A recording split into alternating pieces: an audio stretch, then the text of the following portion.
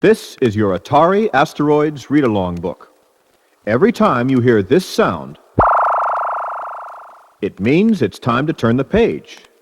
Now we are ready to begin. Open your book, and we will start our story. And remember, when you hear the sound, turn the page. Recon Base, this is Strohmeyer. I entered the Nexus A Galaxy T plus 30, and I'm getting a stronger signal from the UFM carrier now. Cynthia is still in a down mode, and I can't seem to get her back. Any ideas? Out? For the record, the name's Strohmeyer. Captain John Strohmeyer of the Outer Quadrant Recon Patrol. Base, you're still breaking up. I'm receiving 0. Try your high gain next transmission. Out. The signal was coming from an unmanned robot ore carrier. It was on its way from United Federated Mining Operations 6 to a mid-galaxies processing dump when it dropped off the screen in the company home office. Then something triggered its secret emergency code transmitter. Recon Patrol only has subgalactic responsibilities. Cosmic Space Patrol handles all the really hot stuff, even in our quadrant. So piloting a piece of junk, checking up on somebody's lost load of rocks didn't exactly give me a cause to break out in a sweat. Base, this is Strohmeyer. Firing forward retros at this time. You wouldn't send your mother-in-law up in an RPC-60. It's an outdated scout ship of 2050 vintage, powered by 2 old ion rocket engines.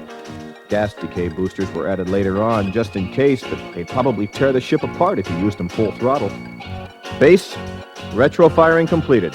I'm now at operational velocity and closing target area. Signal still strong. Out. My co-pilot, Cynthia, was a female of the gender simulation series of binary hybrid computers. She went haywire on me just 90 light days into the mission.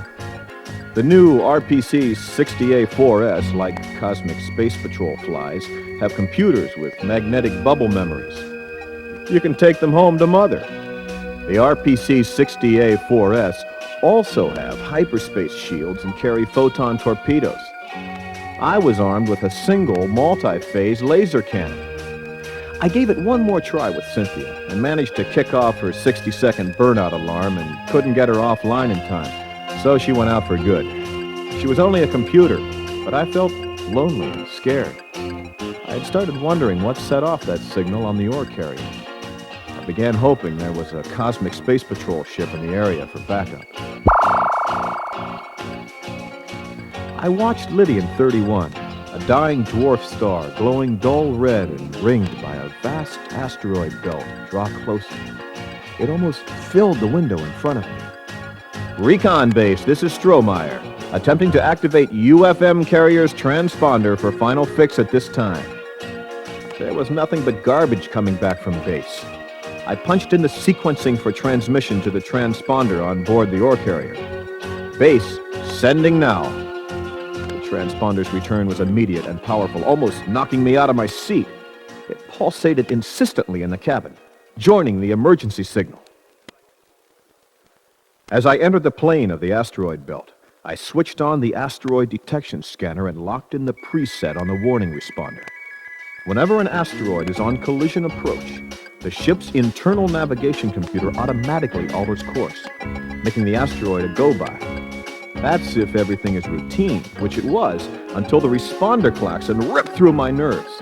An asteroid shower dead ahead. I grabbed the controls and kicked in partial booster, taking evasive action. But the asteroids went with me. Something was controlling them. Then, zap! They were vaporized in a searing, blinding flash by a photon torpedo. I jerked my head around, and there, 90 degrees off my port side, was Cosmic Space Patrol. That RPC-60A-4 sure looked good.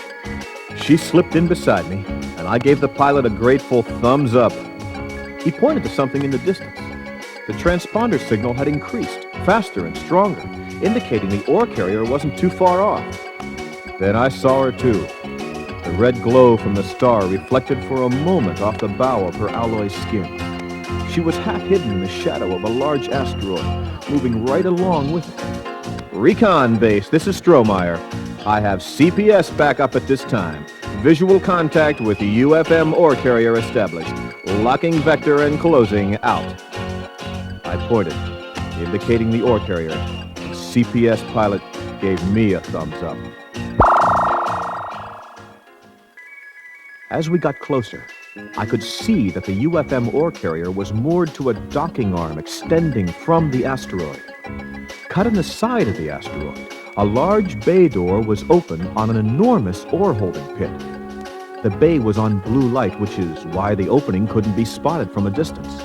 Conveyors ran from the carrier into the interior of the asteroid. Men wearing ELS suits were working inside. Suddenly, there was a flash of light from inside the door of the asteroid, and my ship was rocked by the concussion from a neuron ray blast off the starboard side. I changed vector quickly, evading 2 more blasts, and returned fire with my multi-phase laser cannon. The CPS ship deflected a blast with its hyperspace shield. Recon base, this is Strohmeyer. We have engaged asteroid pirating operation in a firefight. Will apprise. Out. That's when I took a direct hit on the stern quarter of my ship. Pow! I rolled the old RPC-60 over and headed down toward the underside of the asteroid, trying to put the ore carrier between me and the bay door and that neuron ray blaster. At least I was still operational. The CPS ship unloaded covering fire. Another neuron ray blast was wide of the mark, far above me. I could see the bay doors on the asteroid starting to close. The blue lights inside the bay were flashing now, and the men were scurrying about as the conveyors withdrew into the interior. The CPS ship scored a hit on the inside of the bay just before the door closed. I edged my ship closer. The bay door was shut, and the ore carrier had been released from its docking arm and was floating free. Then the carrier exploded, suddenly and violently, in a brilliant ball of orange flame and debris. Because I was so close, the compression field from the explosion bowled the RPC-60 over a couple of times and really shook me up. I thought about what it might have done to the ship, that and taking a hit before, and decided to forget about it. I looked around for the CPS ship, but I didn't see it. I was just managing to get things together again when the responder klaxon ruined me for good. The asteroid that had been holding the carrier was on a direct approach vector with me. I altered course and the asteroid moved with me. Asteroids weren't supposed to do that. I swung the ship around toward the onrushing asteroid and let go with the laser cannon for all it was worth. And that wasn't much. It just shifted some gravel around. And by this time, the asteroid was right on top of me. So I shoved the boosters over to full throttle, held on, and prayed everything would hold together. Nothing happened. I was helpless, drifting without power. Was it the explosion, the hit, or both? Then, 1, 2, 3, boom!